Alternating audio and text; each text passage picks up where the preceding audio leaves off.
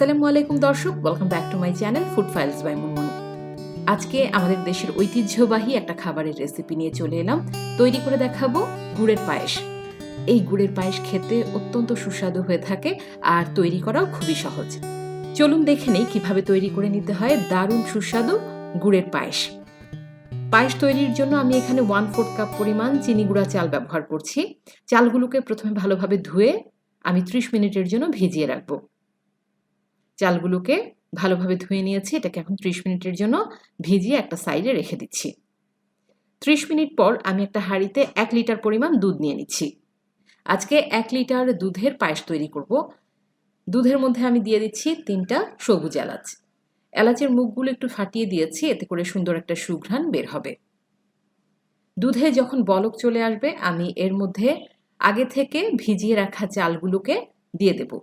চালগুলো 30 মিনিট ভিজিয়ে রাখার ফলে দেখতে পাবেন খুব সহজেই কিন্তু ভেঙে যাচ্ছে।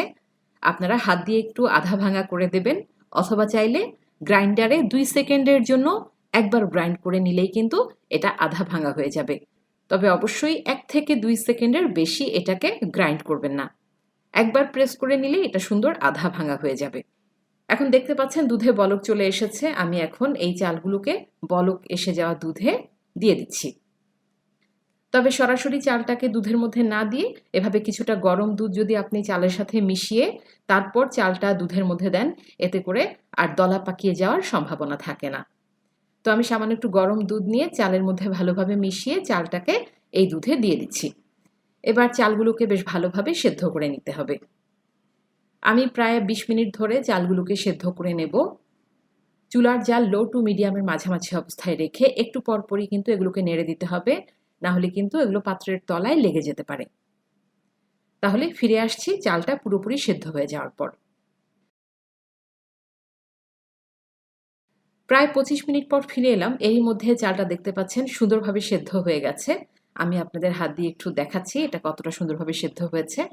চালটা সেদ্ধ হয়ে যাওয়ার পর পায়েসের টেস্টটাকে আরও একটু বাড়িয়ে তোলার জন্য আমি এর মধ্যে দিয়ে দিচ্ছি 1/4 কাপ পরিমাণ গুঁড়ো দুধ।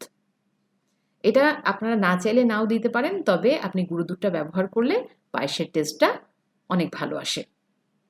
তো আমি গুঁড়ো দুধটা দিয়ে ভালোভাবে নেড়ে চেড়ে চুলার জালটা এখন বন্ধ করে দেব। গুড়ের পায়েস তৈরির কিছু নিয়ম আছে। আপনি কিন্তু এই গরম দুধে সরাসরি গুড় দিয়ে দিতে পারবেন না। যদি সরাসরি গুড়টা দিয়ে দেন তাহলে কিন্তু দুধটা ফেটে যাওয়ার সম্ভাবনা বেশি থাকে।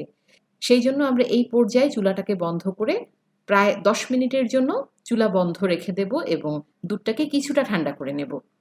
10 মিনিট পর যখন দুধটা কিছুটা ঠান্ডা হয়ে আসবে তখন আমরা এর মধ্যে গুড়টা অ্যাড করে দেব।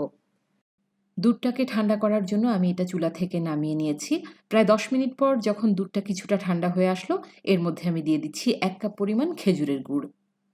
গুড়ের পায়েস তৈরির জন্য আমি আজকে তরল খেজুরের গুড়টা ব্যবহার করছি, তবে আপনারা বাজার থেকে যে চাকা গুড় কিনতে পাওয়া যায় সেটাকে সামান্য একটু পানি দিয়ে গলিয়ে তারপরে ঠিক একইভাবে ব্যবহার করবেন।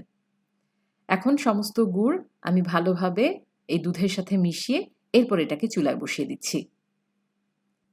গুঁড়া দুধ অ্যাড করার পর যদি কিছু কিছু অংশ দলা পাকিয়ে থাকে সেই ক্ষেত্রে একটা হুইস্কের সাহায্যে এভাবে নেড়ে দিলে দলাগুলো খুব সহজেই ভেঙে যাবে। এবার আর 5 থেকে 7 মিনিট জাল করে নিলেই কিন্তু আমার গুড়ের পায়েস একদম তৈরি হয়ে যাবে।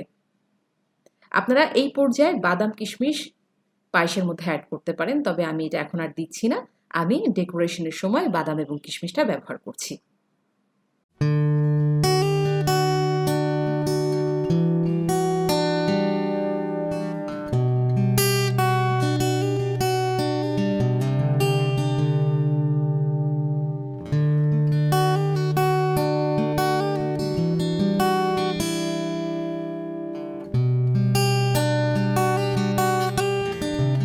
হয়ে গেল আমার দারুণ সুস্বাদু, ভীষণ মজাদার আর খুবই সহজ গুড়ের পায়েস।